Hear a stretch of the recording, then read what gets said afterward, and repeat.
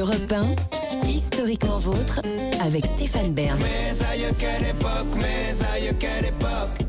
Oui, mes aïeux, quelle époque, une époque la nôtre, où Gavin, Clement et Ruiz, on peut dormir dans la maison de la reine d'Angleterre. Enfin, j'imagine forcément que depuis hier, c'est un peu plus compliqué, non ? C'est un peu plus compliqué, en effet. Oui, Stéphane, écoutez l'annonce en ligne qui est publiée. Loue, charmant cottage en briques rouges, noyé sous le lierre, avec dining room, 4 grandes chambres pouvant accueillir jusqu'à 8 personnes, cuisine, salle de bain, joli patio et petit jardin. Il y a même le Wi-Fi.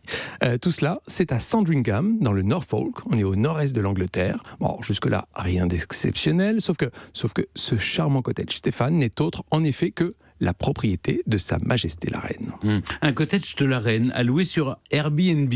Donc c'est possible. Eh bien oui, c'est possible, c'est ça qui est complètement fou. C'est ce qu'ont pu découvrir les fidèles du site de réservation d'hébergement en ligne pour la somme de 354 livres par nuit, soit environ 410 €, j'ai fait la conversion. À 8, ça fait 50 € par personne la nuit. C'est très raisonnable finalement. Ça va, c'est correct. Hein. Et depuis quelques années, la couronne britannique a ouvert les portes de son vaste patrimoine pour l'entretenir déjà. L'été, on pouvait aller visiter les appartements les moins fréquentés de la reine à Buckingham, on pouvait aussi aller à Windsor. Et pour faire rentrer un peu plus d'argent dans les caisses, la reine a donc décidé de louer l'ancienne maison de son responsable jardinier de Sandringham.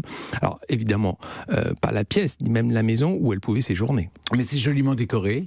Alors, tout le mobilier est issu du mobilier royal, mais avouons-le, ça n'a rien d'extraordinaire. Par contre, Stéphane, dormir sur le domaine où la famille royale est habituée à fêter Noël, où la princesse Charlotte a été baptisée, si on est fan des têtes couronnées, je crois qu'il y en a autour de cette table, ça reste inoubliable. Mais l'endroit qui va être encore plus incontournable, c'est Balmoral, autre lieu de villégiature de la reine, plus estival, où là, elle séjournait encore ces jours-ci, le château en Écosse, dans lequel elle est décédée hier, parce que, puisque là aussi, on peut louer des cottages royaux, souvent des cottages qui étaient réservés aux invités, comme le cottage aussi que la reine Victoria avait fait construire pour son secrétaire privé indien, Mohamed Abdul Karim, une histoire qu'on avait découverte dans le film, je ne sais pas si vous vous souvenez, Confident Royal de Stephen Frears. Je pense que ça risque d'être un peu plus difficile de se rendre à Balmoral dans les prochains jours. Pas sûr que les réservations soient maintenues. Vous iriez, vous, Jean-Luc ? Ah mais oui, par curiosité, on a envie de voir ça. Et puis c'est vrai que, alors, vous m'avez un petit peu déchauffé avec le mobilier, mais sinon c'est plus classique. Mais c'est vrai qu'on est juste sur le domaine, c'est assez sympa. Oui, c'est bon, ce matin, j'ai regardé le site de réservation était fermé, donc il faudra attendre quelques mois, je pense. Oui, je pense aussi. Oui. Bon, et vous Moi, j'irais complètement. Mais le truc qu'on peut pas savoir, c'est est-ce que la reine a été effectivement dans ces endroits ? Est-ce qu'elle a posé les pieds là où nous-mêmes on pose les pieds ?